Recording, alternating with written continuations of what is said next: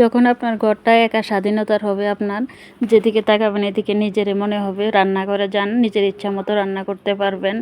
কেউ বাধা দেওয়ার নাই, কোনো কিছু নষ্ট করলেও বকাঝকা দেওয়ার মতো কেউ নাই, দেখবেন সেদিন কিন্তু ঘরের মধ্যে অনেক বেশি শান্তি লাগে। অনেক শান্তি লাগবে। কোথাও বেড়াইতে গেলেও ভালো লাগবে না, সেটা শ্বশুর বাড়ি হোক, আত্মীয় স্বজনের বাড়ি হোক, তাছাড়া বাবার বাড়ি হোক, মায়ের ঘর হোক, কোথাও কিন্তু খুব বেশি ভালো লাগবে না। নিজের ঘরে যেভাবে হোক তাড়াতাড়ি চলে আসতে মন চাইবে। তো আমারও কিন্তু সেরকমই। এখন দেখা যায় যে আমি যেহেতু একা সংসারে থাকি, আলাদা থাকি, হাজব্যান্ড নিয়ে বাসা বাড়িতে থাকি, তো আমার কাছে কিন্তু অনেক ভালো লাগে। কোথাও গেলে আমার আর ভালো লাগে না, যেখানে যাই যেতে মন চায়, কিন্তু যাওয়ার পর আর শান্তি লাগে না। আবার চলে আসলে আমার কাছে ভালো শান্তির একটা ঘুম হয়। তো দেখবেন আপনাদেরও যাদের নিজস্ব একটা কুড়ি ঘরটা যত ছোটোই হোক, ফার্নিচার যত কমই হোক, সব দিক দিয়ে নিজের হবে, তাহলে দেখবেন অনেক বেশি শান্তি লাগবে, ঘুমটাও শান্তির হবে। তো হ্যালো এভরিওয়ান, কেমন আছেন সবাই? কথাগুলো কিন্তু মেয়েদের উদ্দেশ্যে বলছি, বিবাহিত মেয়েদের উদ্দেশ্য।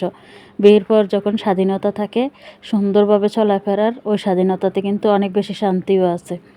তো আমি আজকে রান্নার রেসিপি নিয়ে চলে আসলাম। মাছ রান্না করব।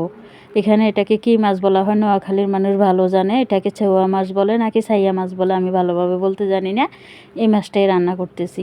মাছটাতে আমি সব রকম মশলা দিছি, মশলাটা একটু বাড়িয়েই দিছি, একটু ঝাল ঝাল করে ভুনা করব। দেখতে পাচ্ছেন মশলাটা একদম পারফেক্টলি যখন কষানো হয়ে যায় তখন আমি মাছটা দিয়ে দিছি।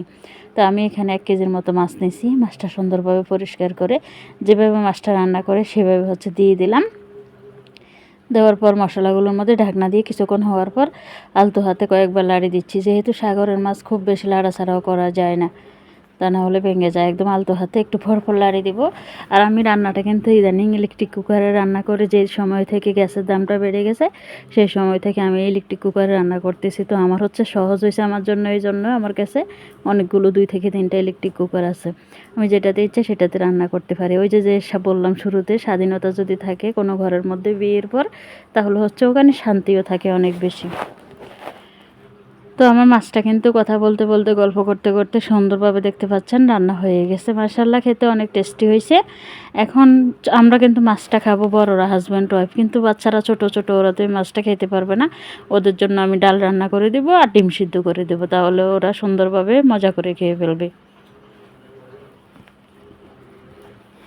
আমি এখানে মসুর ডাল রান্না করব।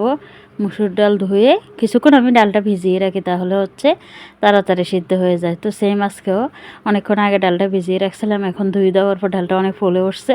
তার মানে অল্প একটু সিদ্ধ হলেই অল্প সময়ের মধ্যে রান্নাটা হয়ে যায়। একদম সুবিধা কিন্তু। আর মসুর ডাল আমার বাচ্চারা অনেক বেশি পছন্দ করে, আমার ঘরে এটা সবসময় থাকা লাগে। তো আজকের রান্নাবান্না এই পর্যন্ত, গল্প এই পর্যন্ত। ভালো থাকবেন সবাই, আল্লাহ হাফেজ।